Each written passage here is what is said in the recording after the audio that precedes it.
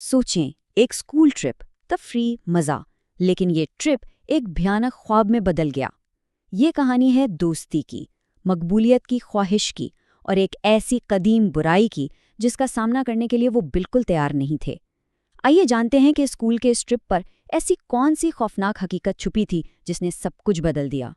यही वो सवाल है जो इस पूरी कहानी की बुनियाद है।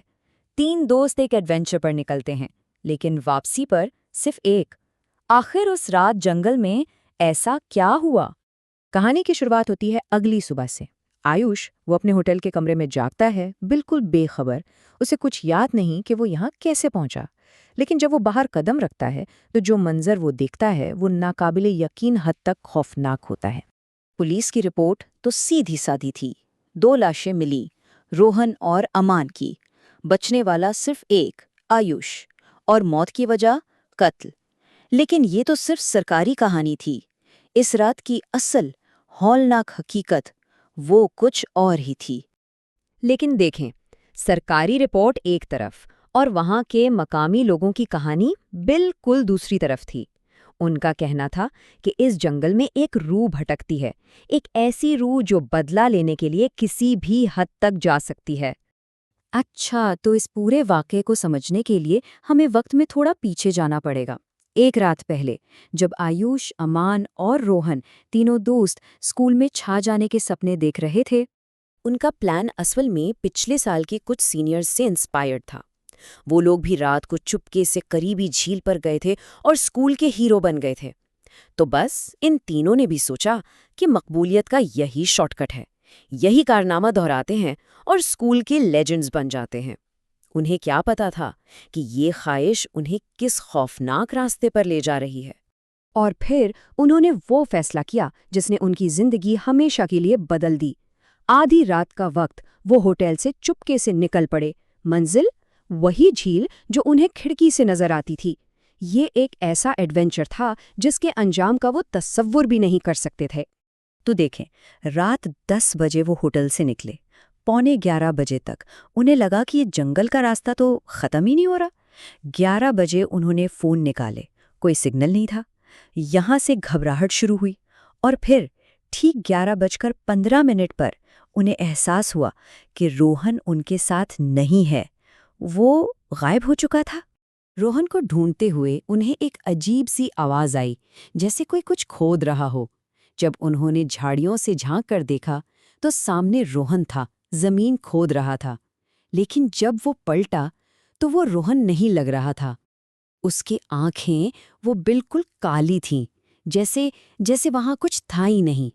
अम्मान जैसे ही उसके पास गया, रोहन ने एक चीख मारी और उसे इतनी जोर से धक्का दिया कि वो कई फुट दूर जा गिरा।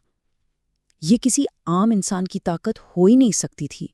और उसके फौरन बाद रोहन को अजीब से झटके लगने लगे और वो जमीन पर गिरकर बेहोश हो गया। कुछ देर बाद जब रोहन को होश आया तो उसने अमान की तरफ देखकर चीखना शुरू कर दिया।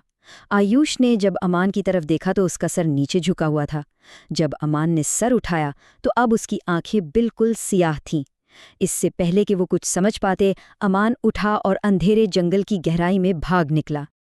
अब अमान के पीछे भागते हुए आयुष और रोहन एक ऐसी जगह पहुंचे जहां खौफ अपनी असल शक्ल में उनका इंतजार कर रहा था। जंगल के बिल्कुल बीच में एक पुराना टूटा फूटा बोसीदा घर। वो डरते डरते इस खंडर जैसे घर के अंदर गए और जो मंजर उन्होंने देखा उस पर यकीन करना नामुमकिन था। अमान बेहोश था और वो हवा में तैर रहा था, जैसे किसी अनदेखी ताकत ने उसे उठा रखा हो। और फिर उन्होंने इसे देखा, एक बूढ़ी औरत जिसका चेहरा इतना खौफनाक था कि बयान से बाहर। बिल्कुल काली आंखें, लटकी हुई पीली जिल्द और बिखरे हुए सफ़ेद बाल। वो अम्मा से कुछ कह रही थी।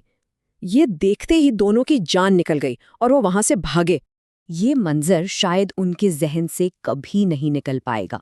जब उन्होंने भागते हुए पीछे मुड़कर देखा तो वो बूढ़ी औरत किसी कीड़े की तरह रेंगती हुई उनके पीछे आ रही थी। ये खौफ की इंतहा थी। भागते भागते वो उसी झील के किनारे पहुंच गए जिसकी तलाश में वो निकले थे। तवाज़ुन बिगड़ा और दोनों पानी में जा गिरे। उन्हें ऐसा लगा जैसे कोई चीज उन्हें नीचे खींच रही है। आयुष तो जैसे तैसे करके बाहर निकल आया, लेकिन रोहन, वो उसकी आंखों के सामने पानी में डूब गया। तो आखिर ये सब था क्या? ये बूढ़ी औरत कौन थी और वो चाहती क्या थी? इस सब का जवाब इस इलाके की एक पुरानी लोक कहानी में छुपा है। कहानी कुछ यूं है कि सालों पहले इस घर में एक बूढ़ी औरत अकेली रहती थी, अपनी पुरसुकून जिंदगी गुजार रही थी। लेकिन गांव के कुछ लालची लोगों ने उसकी जायदाद हड़पने के लिए उसे बेदर्दी से मार डाला और उसकी लाश इसी झील में फेंक दी। कहते हैं तब से उसकी इंतकामी रूह रात के वक्त इस जंगल में भटकती है और जो भी वहां कदम रखता है उसे बख्शती नहीं। ये कहानी एक मामूली एडवेंचर के तौर पर शुरू हुई थी, लेकिन इसका अंजाम एक बहुत ही अलमनाक सबक पर हुआ। इस मकबूलियत की भारी कीमत क्या थी? 2 जाने, सिर्फ एक नंबर। लेकिन ये उस रात की पूरी दहशत को बयान करने के लिए काफ़ी है। एक बज़ाहिर मासूम और अहमकाना फैसला एक ऐसे माफोकुल फितरत खौफनाक वाक़ये में बदल गया जिससे बचना नामुमकिन था। और आखिर में ये कहानी हमें एक सवाल पर छोड़ जाती है। क्या उन लड़कों के किस्मत का फैसला उस रूह के गुस्से ने किया, या फिर उनकी अपनी ख्वाहिश ने, जिसने उन्हें इस खतरनाक रास्ते पर धकेल दिया था? शायद कुछ राज राज ही रहें तो बेहतर है।